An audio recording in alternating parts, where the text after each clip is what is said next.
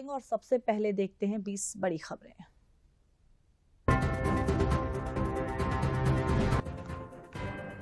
प्रधानमंत्री नरेंद्र मोदी ने लौह पुरुष सरदार वल्लभ भाई पटेल की जयंती पर स्टैच्यू ऑफ यूनिटी पर अर्पित की पुष्पांजलि। प्रधानमंत्री ने राष्ट्रीय एकता की भी दिलाई शपथ।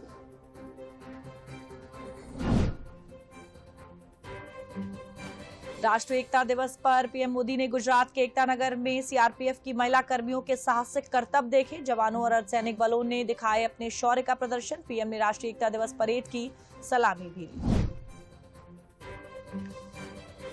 गुजरात के एकता नगर में सरदार पटेल जयंती पर पीएम मोदी ने कार्यक्रम को किया संबोधित। पीएम ने कहा, जैसे 15 अगस्त हमारी स्वतंत्रता, 26 जनवरी हमारे गणतंत्र के जय घोष का दिवस, उसी तरह 31 अक्टूबर राष्ट्रीयता के संचार का पर्व बन गया है। राष्ट्रीय एकता दिवस पर पीएम ने कहा कि भारत के सामर्थ्य को देखकर दुनिया हैरान है। ऐसा कोई संकल्प नहीं जिसे भारतवासी पूरा नहीं कर सकते। हमें गर्व है कि हम जल्द ही दुनिया की तीसरी सबसे बड़ी आर्थिक शक्ति बनने वाले हैं।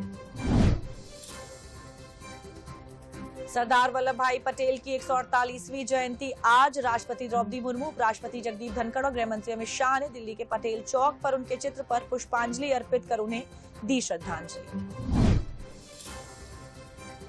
दिल्ली में सरदार वल्लभ भाई पटेल की जयंती पर केंद्रीय गृहमंत्री अमित शाह ने एकता की दिलाई शपथ। केंद्रीय गृहमंत्री ने दिल्ली में रन फॉर यूनिटी को भी झंडी दिखाकर किया रवाना।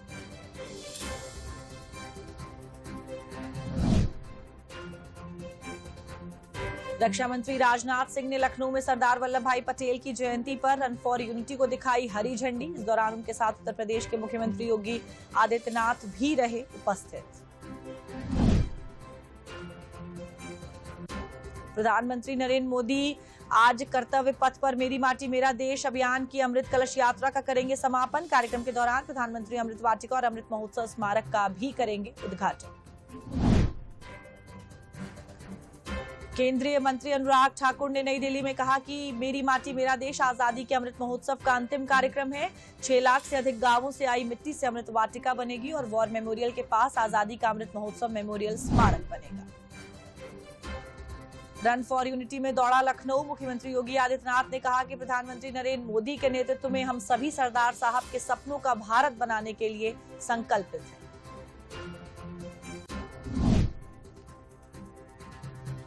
लखनऊ के हजरतगंज सरदार वल्लभ भाई पटेल की प्रतिमा से शुरू हुई एकता दौड़ केडी सिंह बाबू स्टेडियम पर पहुंची, जहां प्रदेश के उप मुख्यमंत्री ब्रजेश पाठक ने दौड़ में शामिल लोगों को पुरस्कार वितरित किए।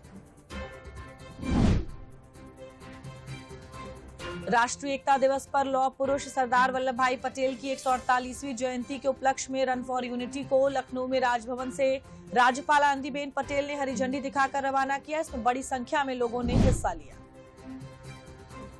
मुख्यमंत्री योगी आदित्यनाथ ने आज लखनऊ के लोक भवन सभागार में आयोजित फिल्म तेजस की विशेष स्क्रीनिंग में हुए शामिल। फिल्म की स्पेशल स्क्रीनिंग में एक्ट्रेस कंगना रनौत भी मौजूद रही।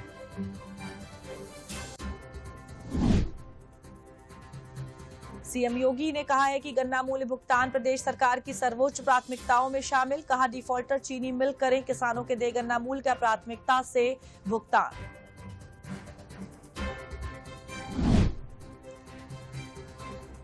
डिप्टी सीएम केशव प्रसाद मौर्य ने विपक्ष पर बोला जमकर हमला। राम मंदिर पर स्वामी प्रसाद मौर्य के बयान पर दी प्रतिक्रिया। कहा, स्वामी प्रसाद मौर्य अखिलेश यादव की लिखी हुई स्क्रिप्ट पढ़कर बोलते हैं।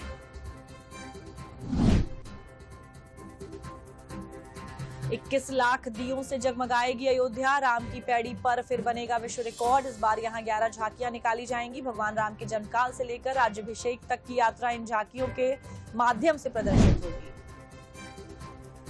यूपी में पेपर लीक गैंग के कारण कई बार परीक्षा को रद्द करना पड़ा है। इससे बचने के लिए योगी सरकार रखेगी इस पर हाईटेक नजर। योगी सरकार ने प्रत्येक परीक्षा कक्षों की निगरानी के लिए बनाए command control. Raghav Chadha suspension मामले पर 3 नवंबर को होगी अगली सुनवाई। सुप्रीम कोर्ट ने अटॉर्नी जनरल और राघव चड्ढा के वकील से लिखित दलीलें जमा करने को कहा। राघव की ओर से कहा गया वो इस मामले में माफी मांगने को तैयार। जनपद बाराबंकी में विश्वविख्यात हाजी वारिस अली शाह की दरगाह पर लगने वाले 10 दिवसीय देवा मेला एवं प्रदर्शनी का हुआ शुभारंभ। इस प्रसिद्ध मेले में जनपद बाराबंकी ही नहीं, देश के कोने कोने से लाखों जायरीन पहुंचते हैं। दिल्ली एनसीआर में बढ़ते प्रदूषण के मामले पर सुप्रीम कोर्ट में आज होगी सुनवाई। सुप्रीम कोर्ट ने एक्यूआई कमीशन से मांगी है रिपोर्ट। एमएक्स क्यूरी अपराजिता सिंह ने बढ़ते प्रदूषण का मामला कोर्ट के सामने रखा।